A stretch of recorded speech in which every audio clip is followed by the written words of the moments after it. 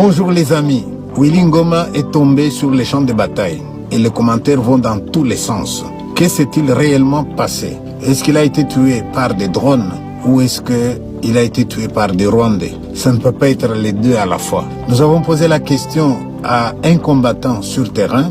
Il nous a dit qu'il faut dissocier les deux événements. L'armée avait attaqué avec des drones, oui, avant-hier. Ils ont atteint une colonne des ennemis qui venaient à la mine de Rubaya prendre les minéraux qu'ils allaient amener au Rwanda. Leur colonne a été touchée et il y a eu autour de 10 morts. Parmi ces morts-là, se trouverait même l'officier Makenga, pressenti pour prendre la place de Nanga. Voilà pour les drones. Par contre, Willy Ngoma aurait été tué par des Rwandais qui trouvaient qu'il n'allait pas dans leur sens. Nous pouvons, à partir de ces événements, tirer quelques conclusions. Rappeler à tous les Congolais que depuis que la guerre a commencé, nous nous sommes époumonés à expliquer aux gens « Faites attention avec qui est-ce que vous allez vous allier. Vous ne poursuivez pas les mêmes objectifs. » Le Rwanda, nous l'avons toujours dit, a toujours rêvé de la balkanisation. Le Rwanda a toujours dit, à défaut de la balkanisation, exploiter le Congo, fragiliser le Congo, montrer que nous sommes les meilleurs et qu'eux sont incapables de diriger leur pays. Ils sont prêts à tout. Mais maintenant, le Rwanda a toujours eu une technique, c'est ce que j'appelle la politique du masque.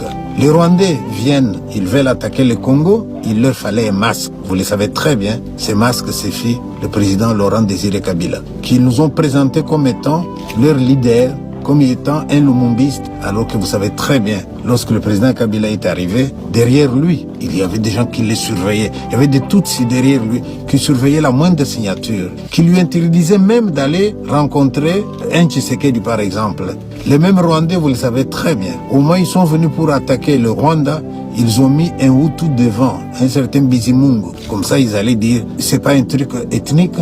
La preuve, c'est que notre chef, c'est un Hutu. Dès qu'ils ont pris le pouvoir, eh bien, ils ont mis de côté M. Bizimungu.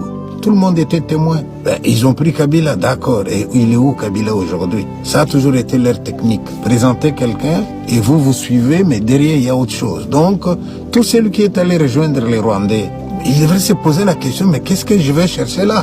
Et vous avez bien entendu la rhétorique des Rwandais. On est en train de maltraiter nos frères là-bas. Oui, mais attends, on n'est pas en Russie avec Poutine quand même. Et voilà maintenant M. Willy Ngoma qui perd la vie parce qu'il avait commencé à poser des questions sur la mort de Paluku. Il avait posé des questions sur l'objectif et on voit que bon, il n'est plus dans leur sens, eh bien, on les tue. Je pense qu'il faut en tirer des leçons. Et les leçons, c'est de se dire, peuple congolais, soyons unis. Je vous l'avais déjà dit.